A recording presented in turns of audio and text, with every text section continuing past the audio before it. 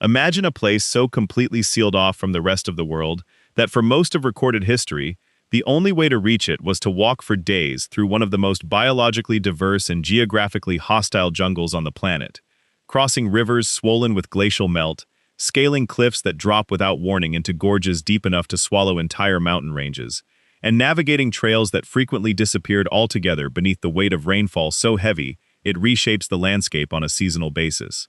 A place where the outside world knew of its existence but could not meaningfully reach it, and where the people living inside it had built something so complete, so self-contained, and so genuinely distinct from anywhere else on Earth that the arrival of a road, when it finally came in 2013, felt to many of them less like progress and more like an intrusion. This is Motuo, known formally as Maydog County, tucked into the far southeastern corner of Tibet, pressed hard against the border with India, wrapped in a knot of mountains and rivers and ancient forest so dense that it remained, until very recently in historical terms, the last county in China without a permanent road connection to anywhere else. And if places like this, places where geography and human culture have conspired to produce something genuinely unlike the rest of the world, genuinely fascinate you the way they fascinate us, go ahead and hit subscribe right now, because today we are going deep into exactly how life actually works for the people who have always called this extraordinary, improbable place their home. Turn on notifications as well, because we have plenty more journeys like this one still ahead of us, and you are not going to want to miss a single one of them. Motuo sits in the southeastern corner of what China administers as the Tibet Autonomous Region, in a location that sounds almost impossible when you describe it on a map. To the north, the Himalayan mountain range rises to some of its most dramatic and severe elevations anywhere along its entire arc. To the south, the land plunges with breathtaking speed into the lowland rainforests of what is called the Assam Corridor, pushing toward the borders of India's northeastern states. Threaded through this collision of extreme elevations is the Yarlung Tsangpo River, which is itself one of the most remarkable geographical features on the entire planet. Beginning its journey as a relatively calm highland river flowing across the Tibetan Plateau, before making one of the most dramatic turns in the natural world, bending sharply around a single massif called Namcha Barwa, whose peak sits at nearly 7,800 meters above sea level, and then plunging downward through a canyon system so deep and so long that it is widely considered the largest canyon on Earth by some measurements, eventually escaping into India where it becomes the Brahmaputra, flowing south and west toward the Bay of Bengal. Motuo County occupies a significant portion of this extraordinary gorge landscape, sitting at elevations that range from roughly 200 meters in the lowest river valleys to glacier-capped ridges rising well above 6,000 meters within a horizontal distance of only a few dozen kilometers. A vertical range found almost nowhere else on the planet, compressed into such a tight geographical space. This extreme range of elevation has a consequence that makes Motuo genuinely unlike almost anywhere else in China, or in fact anywhere in the broader Himalayan region, because the gorge essentially functions as a channel through which moisture-laden air from the Indian Ocean is funneled northward and upward as it encounters the rising terrain. Motuo receives rainfall and snowmelt in quantities that make it one of the most biologically rich environments in Asia. The forests here contain species found across a span that would normally require traveling from tropical lowlands all the way to temperate mountain zones, compressed into a single continuous landscape because the elevation changes within the county are themselves so extreme and so abrupt. Orchids, ferns, ancient trees, rare birds, insects unknown to science until relatively recently, and a plant diversity rivaling some of the world's most celebrated biodiversity hotspots all exist within the county's boundaries. Estimates have suggested that Motuo alone contains a significant percentage of all plant species found in the entire Tibetan region, concentrated into a county that covers only a few thousand square kilometers of territory. A figure that seems extraordinary until you begin to understand just how uniquely privileged this corner of the world is in terms of the rainfall, warmth, and soil conditions that allow such an abundance of life to take root here, while the plateau to the north remains largely barren tundra and ice. The people who have called this landscape home for centuries are primarily from the Monpa and Loba ethnic groups, two of the smallest officially recognized ethnic minorities in all of China, whose combined population across all of China remains in the low tens of thousands, with a significant portion of that population concentrated precisely within the Motuo region. Both groups have their own languages, their own cultural traditions, their own systems of spiritual practice and community organization, and their own long histories of inhabiting this particular landscape in ways shaped intimately by its extraordinary geography. The Monpa people have historically inhabited a range of territory in this southeastern Himalayan region, including areas that now fall on the Indian side of the border, in what India administers as Arunachal Pradesh, meaning that the political boundary drawn through this landscape after the middle of the 20th century divided communities that had previously moved across the region with far greater fluidity. The Loba, whose name in Tibetan essentially means Southerners, are among the smallest officially recognized ethnic groups in China, with a population that by some estimates numbers only a few thousand people in total, making them genuinely one of the smallest ethnic communities in the country by any measure. Understanding how life actually functions in Motuo requires beginning with the most basic and most dramatic fact about the place, which is that until 2013, no permanent functional road connected it to anywhere else. Let that settle for a moment, because in the context of 21st century China, a country that has built highways at a pace and scale that has astonished infrastructure engineers everywhere in the world, a county completely unreachable by road until just over a decade ago, represents something almost impossible to fully comprehend. Across the rest of the country, even remote rural areas in challenging terrain had been progressively connected to wider road networks over the course of the 20th century, driven by both economic development ambitions and security and administrative concerns about maintaining meaningful connections to all parts of national territory. Motuo defied this process entirely, not because of any lack of effort or intention on the part of planners and authorities who understood its strategic location near a contested border with India, but because the terrain was simply so resistant, so actively hostile to construction, that road after road attempted across previous decades either failed to be completed or was destroyed so quickly by landslides, avalanches, and flooding that it functioned as a permanent connection for only the briefest periods before the landscape reclaimed it. Earlier attempts to build a permanent road into Motuo dated back decades before the eventual success of 2013. Construction efforts in the 1980s produced a road that was celebrated on completion and then promptly destroyed by the mountains within a period that some accounts suggest was almost comically short, the landscape simply refusing to accommodate the kind of permanent infrastructure that had been imposed on far less challenging terrain elsewhere across Tibet and the broader western regions of China. The fundamental problem was geological as much as meteorological, with the intense earthquake activity, the massive seasonal shifts in rainfall, the constant movement of glacial ice at higher elevations, and the sheer weight of water-saturated hillsides during monsoon periods combining to create conditions where even the most substantial road construction faced near constant threat of being buried, washed away, or simply consumed by the mountain terrain. Rock falls, deep in Motuo's gorge sections, can be measured not in individual boulders, but in thousands of cubic meters of material, shifting in single events, a scale that makes conventional road maintenance almost meaningless as a concept. The tunnel that finally made the current road connection more or less permanent, completed and open to traffic in 2013, represented a genuine engineering achievement in one of the world's most difficult construction environments, cutting through a mountain section that had previously been the most catastrophically impassable part of any road route into the county. The tunnel's existence shifted the equation significantly, since underground rock is far more resistant to the surface weathering, erosion, and geological instability that had destroyed every previous attempt at maintaining an overland route through the same section of terrain.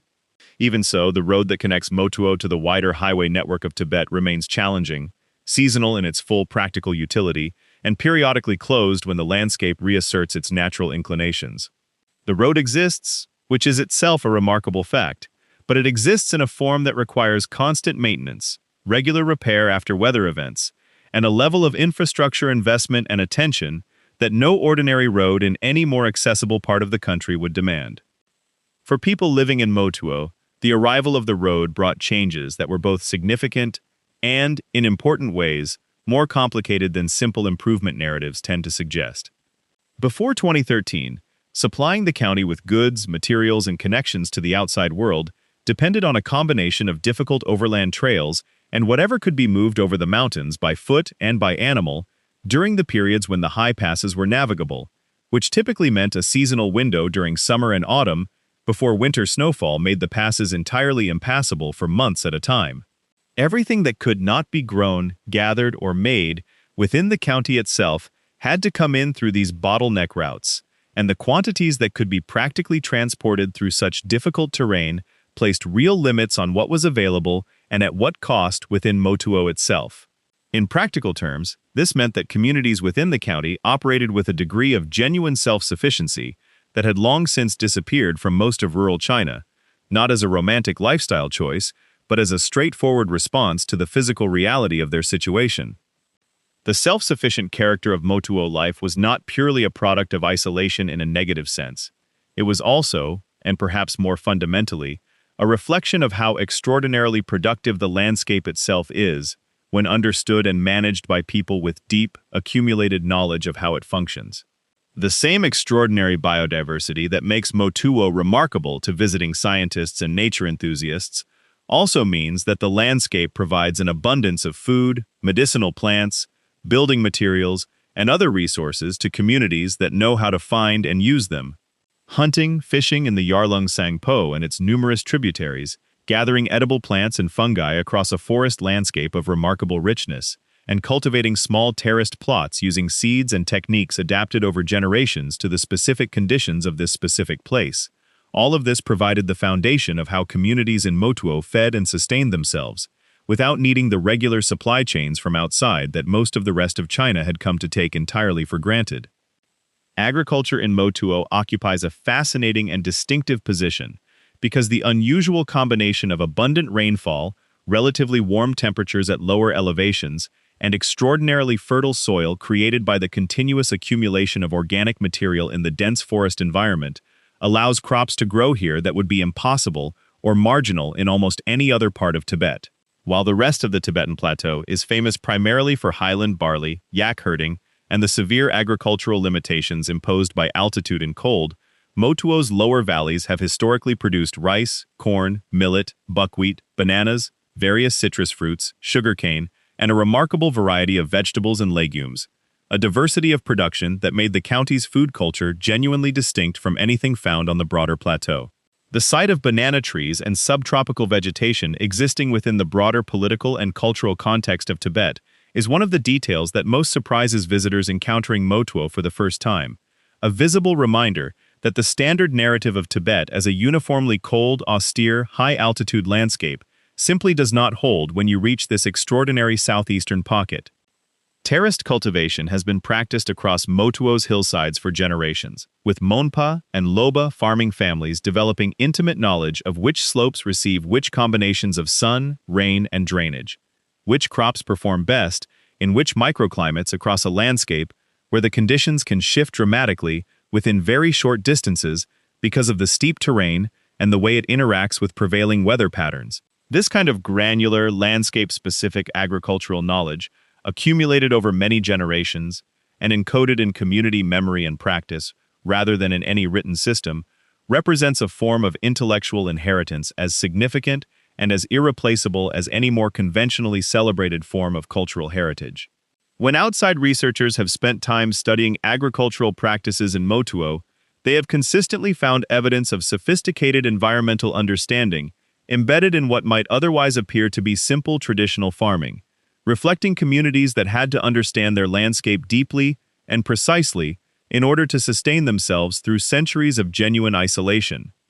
Forest foods play an enormous role in the diet and daily life of Motuo communities, extending well beyond what most people from outside the region might initially imagine. The forests here contain edible bamboo shoots harvested at specific times of year,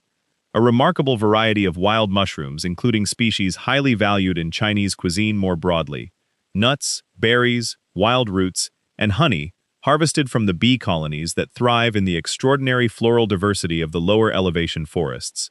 Hunting has historically been practiced by both Monpa and Loba communities, targeting wildlife across a range that includes deer, wild boar, various birds, and other animals. Though hunting practices have been affected in recent decades by increased conservation regulations connected to the area's status as a nature reserve, creating some tension between traditional subsistence practices and externally imposed conservation frameworks. Fishing in the Yarlung Sangpo and its tributaries remains an important food source, with various fish species present in the river systems providing protein that supplements what cultivation and gathering provide. The houses of Motuo's villages reflect the landscape and the available materials as directly as any architecture anywhere in the world. Traditional homes in both Monpa and Loba communities are built primarily from wood, using the abundant timber available from the surrounding forest in construction techniques developed over generations to perform well in a climate of heavy rainfall, high humidity, and significant seismic activity. Elevated floor structures, which lift the main living areas off the ground to deal with both moisture and the various creatures that share this richly inhabited forest environment, are a common feature of traditional construction, along with steeply pitched roofs designed to shed the enormous quantities of rain that fall here during monsoon season. Bamboo appears extensively in traditional construction as well, used both structurally and for finishing, flooring, and various functional elements within homes, drawing on one of the most abundantly available materials in the landscape. As road access has improved and construction materials from outside can now reach the county, newer buildings increasingly incorporate concrete and metal roofing, a shift visible in many villages across the county as outside influence has grown, though older traditional structures remain present throughout the inhabited areas and continue to be maintained and used by families who value them. Villages in Motuo are typically small, with populations ranging from just a few dozen people to a few hundred in the larger settlements, scattered across the county in locations determined by the availability of relatively flat, arable land and proximity to water sources, both of which are shaped entirely by the dramatically uneven topography of the county. The county seat, Motuo Town, is the largest single settlement in the county, housing government offices, schools, a basic medical facility, and various commercial establishments that have expanded considerably since road access improved. But even the county seat maintains a scale that would seem extremely modest by any broader Chinese urban standard. Some villages remain accessible only by foot or by a combination of local suspension bridges across rivers and narrow trails through forest and hill terrain, meaning that even within the county, genuine geographic isolation remains a feature of daily life for at least some communities, even in the years since the main road to the outside world was completed. Daily life across Motuo's villages follows rhythms shaped by both the agricultural calendar and the particular demands of the landscape. Mornings typically begin early, with work in fields and gardens during the cooler hours before midday, tending crops, managing animals, and dealing with the various maintenance tasks that come with operating a traditional homestead in a high rainfall environment where things grow, rot, and require attention with unusual speed, compared to drier environments. Collecting firewood remains a significant daily task for many households, given that wood fuel continues to provide the primary heat and cooking energy source for most homes, a reality that has changed less than might be expected despite improved outside connections, since the forest remains close and available, while alternatives must be brought in at considerable cost and difficulty. Collecting medicinal plants and forest products occupies significant time in certain seasons, with knowledge of where specific plants grow, when they reach their most useful state, and how to prepare them, representing a form of expertise that passes down through families and communities, rather than being written down in any systematic way. Spiritual and religious life in Motuo draws from multiple traditions in ways that reflect the county's position at a genuine cultural crossroads. Tibetan Buddhism holds significant influence across the county, as it does across the broader Tibetan cultural world, with monasteries and prayer flags visible in the landscape and Buddhist practices woven into the daily and seasonal rhythms of many families. However, the religious landscape is more complex than this single affiliation suggests, because both Monpa and Loba communities have maintained their own pre-Buddhist spiritual traditions and animistic practices alongside Buddhist observance, creating a layered religious culture in which respect for spirits inhabiting specific mountains, rivers, forests, and natural features of the landscape coexists with more formal Buddhist ritual practice. Motuo itself occupies an especially significant place in Tibetan Buddhist cosmology, being recognized in religious texts as a Bayul, a hidden sacred land, a kind of spiritually protected and blessed territory concealed within the mountains whose existence was revealed in the writings of the great treasure revealer Padmasambhava, known as Guru Rinpoche, the founder whose teachings shaped the development of Tibetan Buddhism centuries ago. This status as a Bayul means that Motuo holds particular religious significance for Tibetan Buddhists, beyond simply being an unusually beautiful and remote part of Tibet, with pilgrimage to the area carrying genuine spiritual meaning for those who make the difficult journey specifically for religious purposes. The Bayul concept in Tibetan Buddhism is worth understanding more fully, because it shapes how Motuo is perceived both from within and from outside, in ways that go far beyond tourism or conservation. A Bayul is not simply a scenic or special location in the ordinary sense. It is understood in religious terms as a place that offers particular spiritual protection and blessing, a landscape whose physical characteristics reflect and channel spiritual power in ways that make it an ideal place for meditation, practice, and refuge, particularly in times of broader difficulty or chaos in the world. Padmasambhava is said to have hidden teachings and treasures, known as terma, within the landscape of certain Bayul, including Motuo, to be discovered by qualified teachers in future generations when the world needs their guidance most. For Tibetan Buddhist practitioners, this understanding gives the landscape of Motuo an additional layer of significance that is entirely invisible to someone approaching it purely as a geographical or ecological curiosity, but that is absolutely central to how many of the local and broader Tibetan community understand and relate to this extraordinary place. Pilgrimage to Motuo has been practiced by Tibetan Buddhists for centuries, with devotees making the challenging journey through the mountains, not despite the difficulty, but in part because of it, understanding the hardship of the journey as itself spiritually significant, a form of practice and purification. The traditional pilgrimage routes to Motuo required crossing high mountain passes where snow and ice could make passage genuinely life-threatening, descending through forest terrain where losing the trail had serious consequences, and navigating river crossings that tested the limits of what human beings and their animals could manage under the best conditions. The fact that such a journey was undertaken voluntarily and repeatedly by generations of pilgrims speaks to how deeply significant Motuo's Bayul status has been within the broader Tibetan Buddhist world, and continues to be among practitioners who maintain these pilgrimage traditions even as road access has fundamentally changed the nature of the approach to the county. The improvement of road access since 2013 has brought Han Chinese tourism to Motuo in a form and scale entirely unlike anything the county had previously experienced. Before the road, the adventurous travelers who made it to Motuo typically did so after days of difficult hiking, often organized specifically around the challenge of reaching this famously inaccessible destination, and the community of people who actually completed the journey was genuinely small and self-selecting, limited to those with serious commitment, reasonable physical fitness, and a tolerance for genuine hardship. After the road opened, the nature of the visitor changed dramatically, because now the same destination that had required serious expedition planning could be reached, at least in principle, by anyone with access to a vehicle willing to navigate a challenging but fundamentally passable mountain road. Chinese domestic tourism, already a massive and rapidly growing phenomenon by the time the road opened, quickly identified Motuo as an exotic, extraordinary destination, and visitor numbers began climbing in ways that the county's infrastructure, its roads, its accommodation, its waste management, its food supply chains, had absolutely no precedent for managing. The tourism boom has created both genuine economic opportunity and genuine disruption for Motuo's communities. On the opportunity side, the influx of visitors has created demand for accommodation, food, guiding services, and various other commercial activities that provide income streams unavailable to previous generations.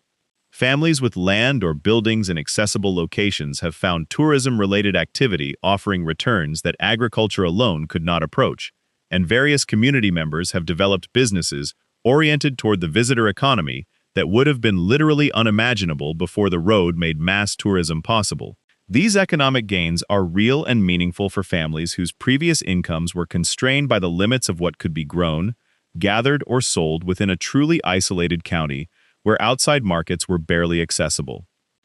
On the disruption side, the rapid pace of change associated with tourism development and improved outside connection has created pressures on traditional ways of life, community cohesion, and environmental conditions that are causing real concern among thoughtful observers within and outside the community. The traditional subsistence skills and knowledge systems that allowed Motuo's communities to live well within the landscape, the intricate understanding of forest resources, traditional cultivation techniques, oral knowledge of medicinal plants, and the cultural practices that gave community life its particular character and coherence, none of these are automatically preserved simply because a road has been built and economic alternatives to subsistence living have emerged. In many cases, the shift toward cash income from tourism and related activities has accelerated the abandonment of traditional practices that once formed the backbone of community life, not because anyone made a deliberate decision that traditional knowledge was no longer valuable, but simply because the time and attention required to maintain those practices became increasingly difficult to justify when alternative income sources were available and the immediate economic return from traditional activities no longer looked competitive. Language represents one of the most visible areas where rapid change is occurring within Motuo's communities. Both the Monpa and Loba languages are spoken natively by relatively small populations, even within the county, and the combined effects of Mandarin Chinese medium education, the influx of Han Chinese visitors and workers since road access improved, and the general prestige advantages associated with Mandarin proficiency in the broader Chinese economic context have accelerated a language shift that was already underway before the road arrived. Younger community members, educated in Mandarin and fluent in it in ways their grandparents typically were not, increasingly use Mandarin as the default language for economic activity, for interaction with visitors and officials, and in some cases for communication with peers from the same community, particularly in contexts connected to the tourist economy or broader commercial activity. Community elders express concern about this shift in terms that echo what you hear from language communities under pressure everywhere in the world, recognizing that language carries culture, story, knowledge, and identity in ways that cannot be fully translated into another language without significant loss. The education system operating within Motuo today is delivered primarily in Mandarin Chinese, consistent with the broader national education framework applied across Chinese territory, including minority areas.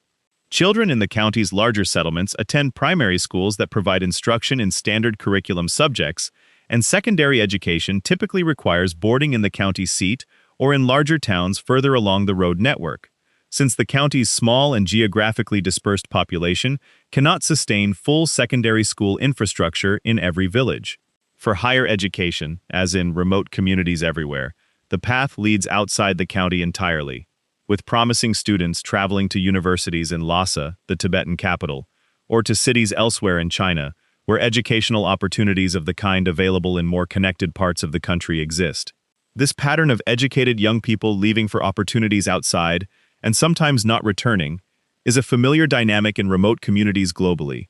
and carries real implications for the cultural and demographic vitality of communities whose most educated and economically mobile young adults find that the opportunities matching their qualifications exist somewhere other than the place they grew up.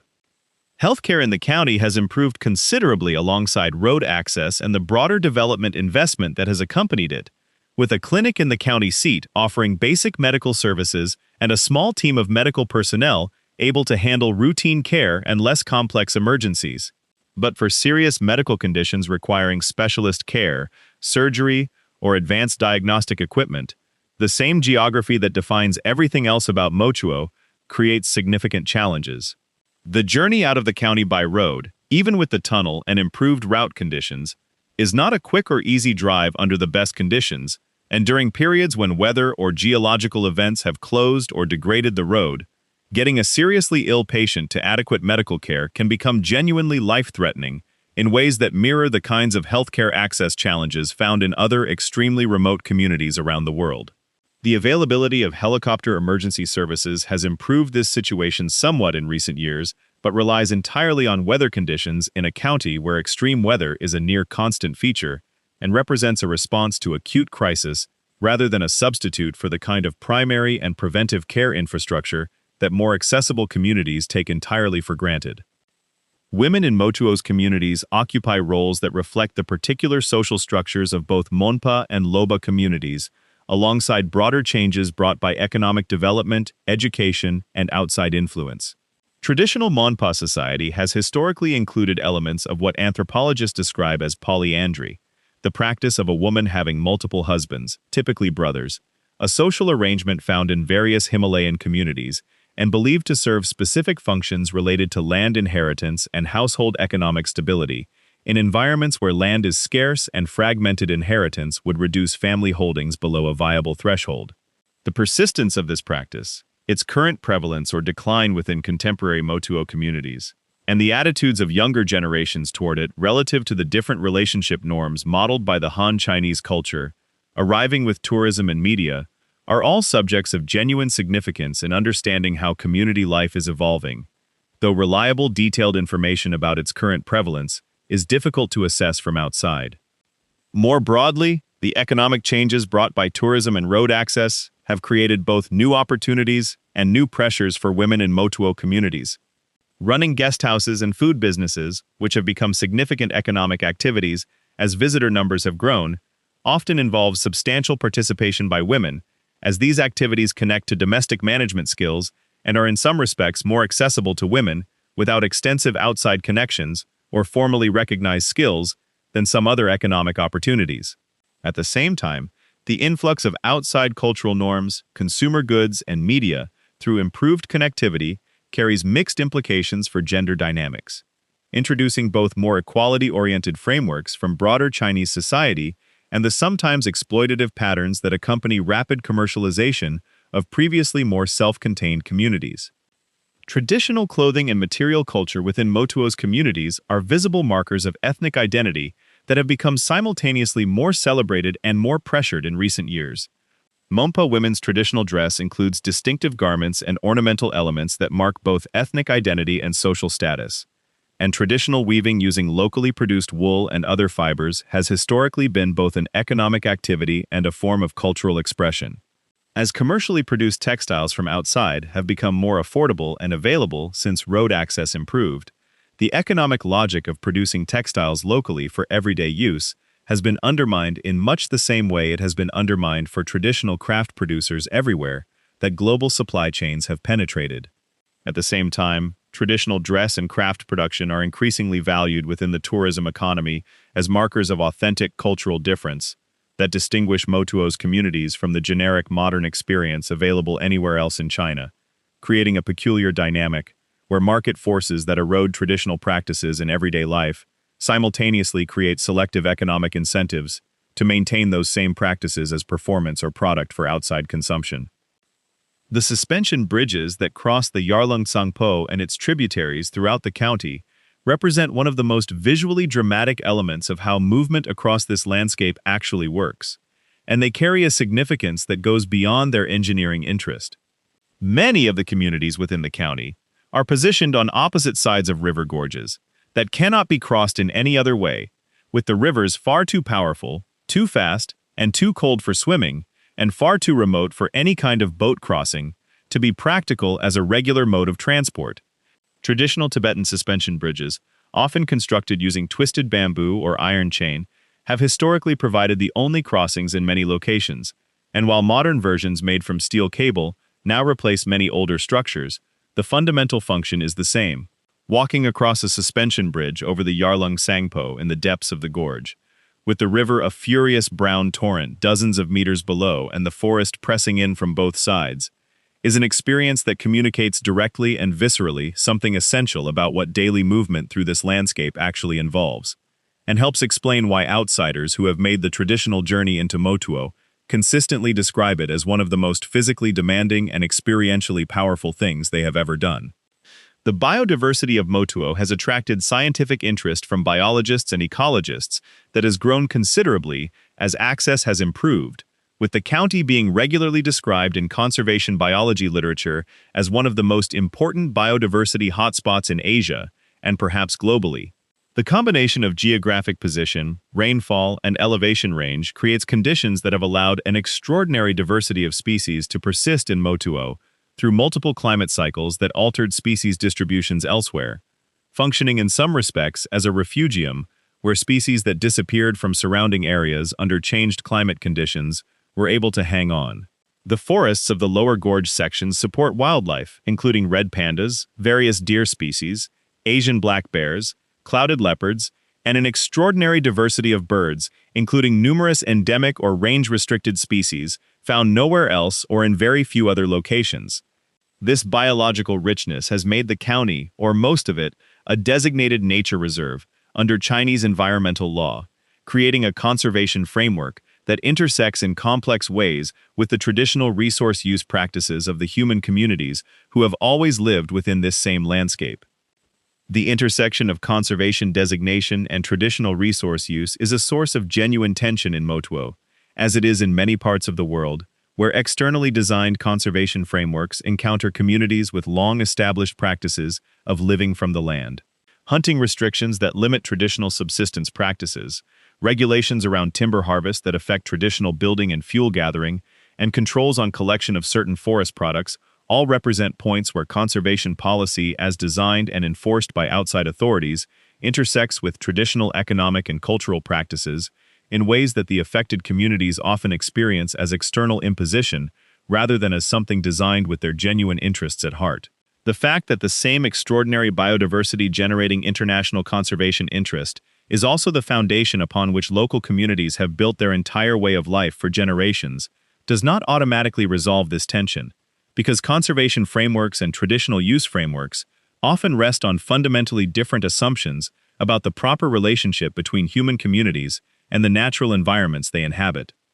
Forest product collection, particularly of medicinal plants, valuable fungi, and other high-value botanical materials, represents a significant economic activity for many households in Motuo, one that sits at the intersection of traditional ecological knowledge and the broader Chinese market for traditional medicine ingredients and specialty food products. Certain mushrooms found in the forests of the county fetch substantial prices in markets in Lhasa and beyond, and the brief seasonal windows during which specific species are available make collection an intensely focused economic activity for families who have the knowledge and mobility to participate. Caterpillar fungus, known as Yartsa gunbu in Tibetan, is perhaps the most economically significant of these forest products, commanding extraordinarily high prices in Chinese and broader international markets because of its supposed medicinal properties and genuinely limited geographic range, making it one of the most valuable wild biological commodities per unit weight found anywhere in the world.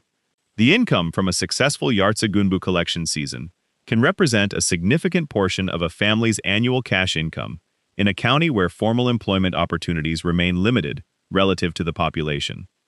The arrival of mobile internet connectivity in Motuo, following the improved infrastructure connections associated with road access and the broader development investment that has accompanied it, has introduced another dimension of change to daily life that is difficult to overstate in its significance. Before connectivity arrived, the informational isolation of Motuo's communities was nearly as complete as their physical isolation, with access to news, media, commercial information, and connections with the outside world dependent on whatever could be carried in physically or transmitted through the limited telecommunications infrastructure that existed before broadband and mobile data. Now, smartphone-equipped residents of the county's villages can access the same internet as anyone else in China, connect with family members who have moved to cities, watch national media and entertainment, follow markets for the agricultural and forest products they sell, and participate in the digital economy in ways that have become standard across most of China. This connectivity has accelerated the pace of cultural change, the adoption of outside consumption patterns, and the general integration into broader Chinese economic and social life in ways that operate largely independently of whether the road is open on any given day, representing a form of connection that geography can no longer simply block the way it once could. Young people in Motuo today navigate a genuinely difficult set of choices and tensions that older generations did not face in the same form. The opportunity set available to educated, Mandarin-fluent young Monpa and Loba people in contemporary China is far broader than anything available to their parents or grandparents, who lived their lives within an essentially closed geographic and economic system. Moving to Lhasa, or to cities in eastern China, pursuing careers in fields with no presence in the county itself, and building lives that look more like the national norm of contemporary Chinese urban or suburban existence, all of these are paths genuinely available to young people from Motuo in ways they simply were not before. At the same time, the pull of place, family, cultural identity, and the particular beauty of the landscape in which they grew up creates real ambivalence about leaving, and among those who do leave, a significant number eventually return, drawn back by family obligation, by the difficulty of building deep belonging elsewhere as members of tiny minority communities far from home, or simply by love for a place that remains unlike anywhere else they have encountered.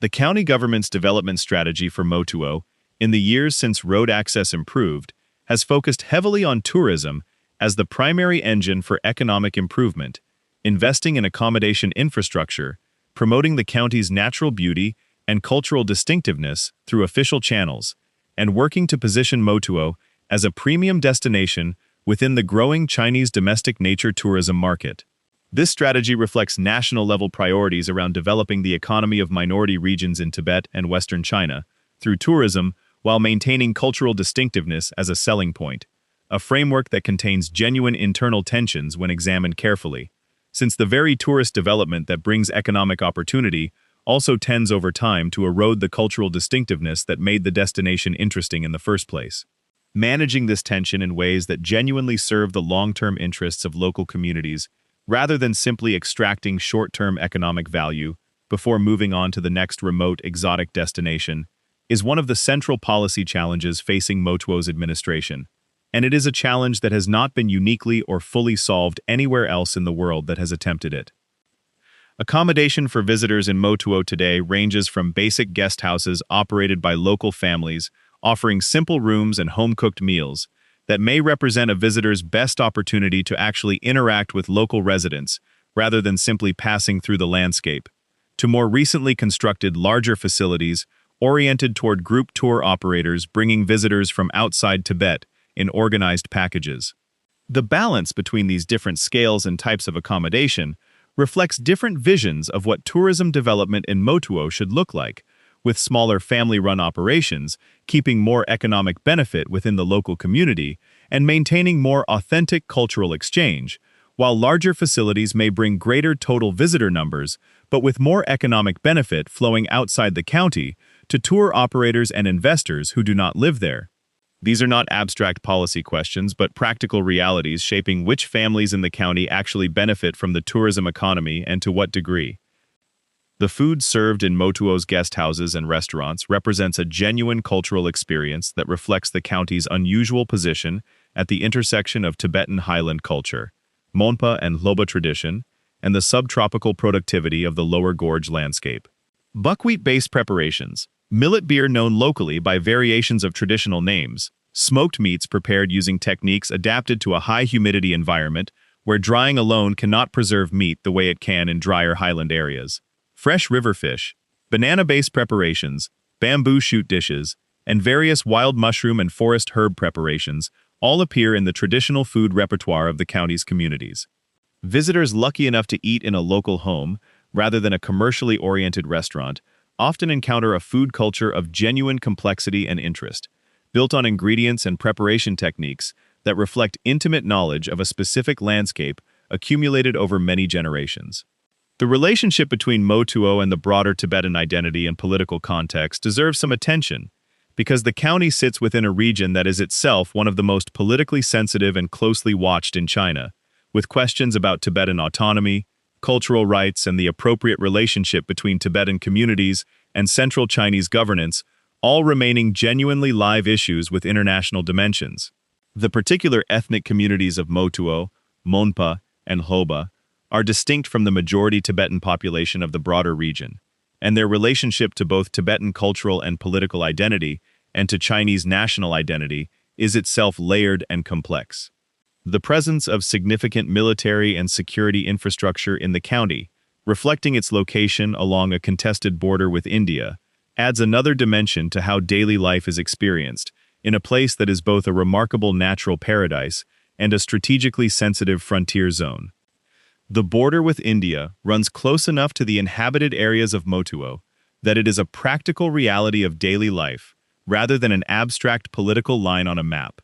The territory that China calls the Motuo region, and that forms part of what India claims as Arunachal Pradesh, is one of the most actively disputed border zones between the two countries, both of which maintain significant military presence in the broader region, and both of which periodically assert positions and undertake activities in the area that the other disputes. For local communities whose historical territory and cultural connections extend across the political boundary, This geopolitical situation adds a layer of complexity and constraint to daily life that would not be present in a less sensitive location.